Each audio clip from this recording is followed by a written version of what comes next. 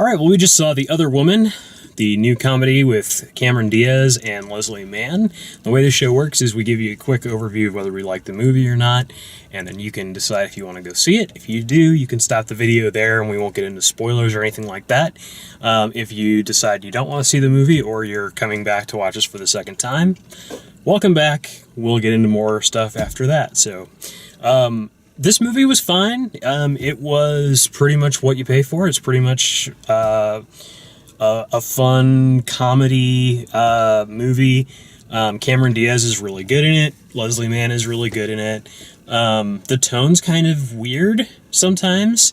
It has a problem with deciding at times whether it's going to be comedy or it's going to be sort of a more of an emotional movie, more of a, things are really impacting me and making me sad kind of movie, as opposed to just, it's silly, and once you get past the concept, it's funny from there. Like, it's not, like, they don't stop with the realization that there's multiple mistresses and the cheating happens. Like, there's more, I don't know, like there's more bad news, there's more sort of things that they go through that are more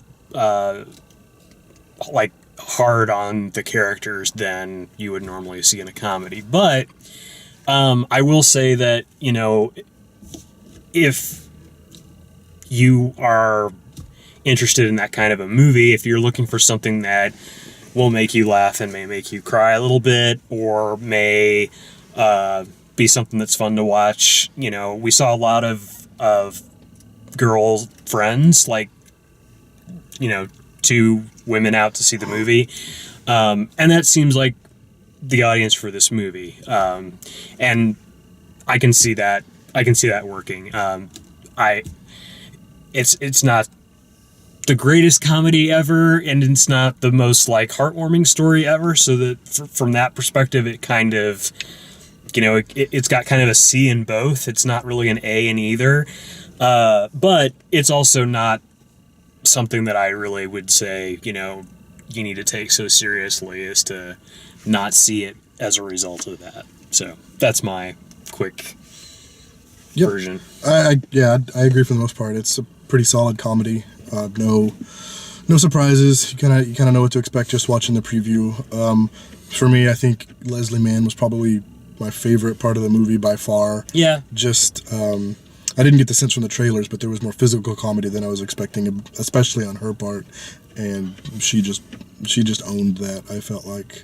And yeah, like Dale said, there's some odd moments where they try to throw some like real serious emotions in, and I think it might have worked better, but by the time they brought in the first time they did that was probably like well into the second half of like there's this long beginning of the movie where it's just all kind of silly and lighthearted and everything. They're having fun for a while. Yeah, and so the first time they bring one, it does feel kind of weird, and then there's a few of those total, and maybe if they had set that expectation earlier, it may have worked a little bit better. Yeah, I could see that working. So I mean, our basic conclusion is, like, if you think you're going to like this movie, you probably will. And it's not a rush out and see it movie. It's not like the next Bridesmaids or something like that, where you've just got to go catch it.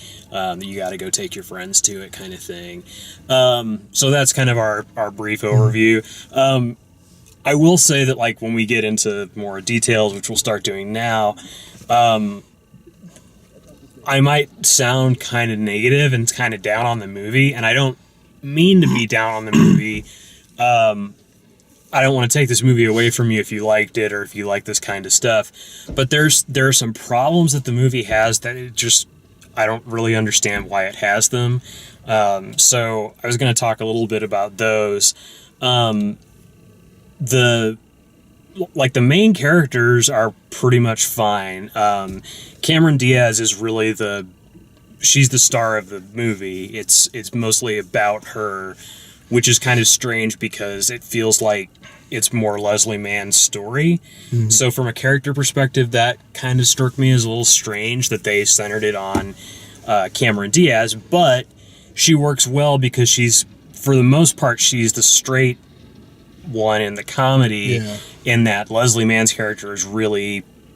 She goes off the deep end quite a lot. She's just completely nuts right from the very beginning, and it's not like she's having... I mean, she is having a bad reaction to what's happening to her, but she's also just sort of weird. Like, she's just kind of dingy and... Yeah, I think even when you see her, you know, just in her normal straight moments, you can get a sense of that for sure. Yeah, and it's not like I thought at first they were trying to make her kind of a ditzy character. Yeah, like when she was introduced, that first scene where it seemed that way at first, but that's really not where they go with her. Not at all.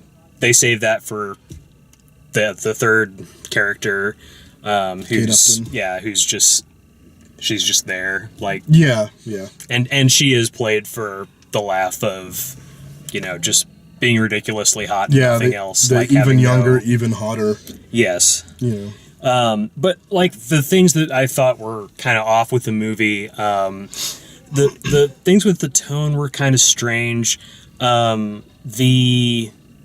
like prolonged bathroom scene with I'm just gonna call him Jamie Lannister. Those kind of things. Like I didn't like. I don't know why there was that much toilet humor in this movie. Well, like that whole segment in the middle where they're like, "Oh, we're gonna really stick it to him. We're gonna make him hurt," and then really it just kind of devolves into just kind of juvenile pranks, which were funny, but it felt like there was too much of it. It was like college prank stuff. Yeah, like I'm gonna put some X-Lax in his drink, slipping him X-Lax and estrogen and hair thinner, hair whatever remover, and that kind of stuff. Like that almost could have been like that almost could have worked better if they just sort of let that happen to him and not really explain that they were behind it. But it seemed like for a while, like that was their whole plan, was just to fuck with the guy, and not get even with him. And eventually they do get even with him. The other thing that was really bothersome to me, and this, you know, this might be partially my age or just my particular taste, but the music in this movie really bugged me. There was a lot of really cheesy...